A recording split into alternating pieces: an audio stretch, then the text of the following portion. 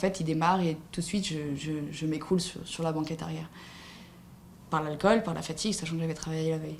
Et je m'écroule sur mon flanc gauche, sur la banquette arrière.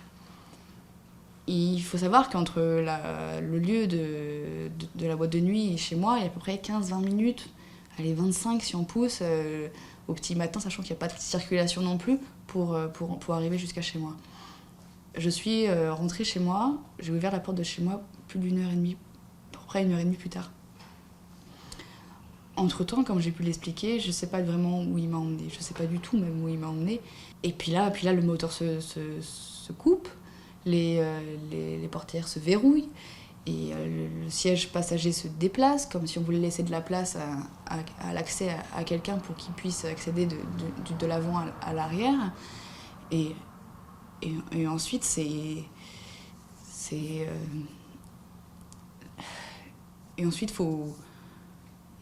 c'est un cauchemar. C'est un cauchemar parce qu'il faut... On lutte, on dit mais je suis où et j'essaie de me défendre avec le peu d'énergie que j'ai, avec le peu de conscience que j'arrive à capter pour me battre avec mon seul bras qui est totalement disponible sur son torse en criant non, tout simplement. Et ça, je pourrais pas vous dire le temps que ça a duré. C'est pour moi très long et très rapide à la fois, puisque mes souvenirs sont des flashs et des sensations. Mais c'est un temps qui sort d'un autre temps, en fait. On sort de son corps. On veut juste... on peut mourir. C'est un peu la chose qu'on ressent à ce moment-là. Le fait que du coup, ma collègue appelle à 3 reprises dans la voiture et en fait il se remet à sa place. Il se remet à sa place devant au volant et là il démarre. Il redémarre et moi je sais pas où je suis. Je sais pas où je suis et je crie et je pleure. Le moteur s'arrête, la porte s'ouvre. Et dans un petit sursaut d'énergie, je sors du véhicule, je vomis et je reconnais la porte de mon appartement. Et là, dans ma tête, c'est fonce, quoi. C'est fonce, rentre chez toi. Et je rentre chez moi, je prends mon ascenseur.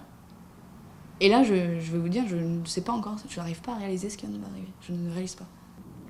Depuis le 26 septembre 2016, ma collègue et moi-même n'avons jamais eu de retour de Beurre dans l'affaire, sachant que cette affaire a été jugée à 2 reprises. Donc, il a été condamné une première fois à 8 ans de prison ferme et une deuxième fois à la même peine. On se rend compte que Beurre n'a pas du tout fait de démarche envers les victimes.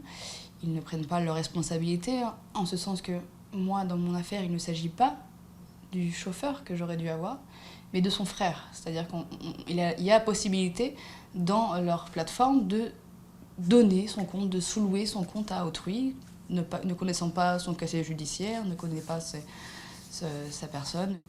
C'est la culpabilité de « Ah oui, c'est moi en tant que victime que j'aurais dû faire attention. Et Beurre, c'est pas leur faute, c'est pas leur faute. Ah non, ils sont pas meurtriers, c'est pas eux qui m'ont violée, ça c'est sûr. Mais ils sont complices. Et c'est là la nuance.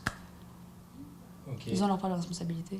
En scrollant, en regardant un peu tout ce qui a été dit, je me rends compte que je suis pas du tout la seule dans cette histoire, en fait. Alors, là, ça m'a inquiétée. Et je me suis dit, bon, il faut peut-être que j'ouvre un peu ma parole, parce que la honte, c'est bon, quoi. Je veux dire, on se cache, on culpabilise toujours, et je pense que là, il faut que la honte change de camp et qu'on libère cette parole.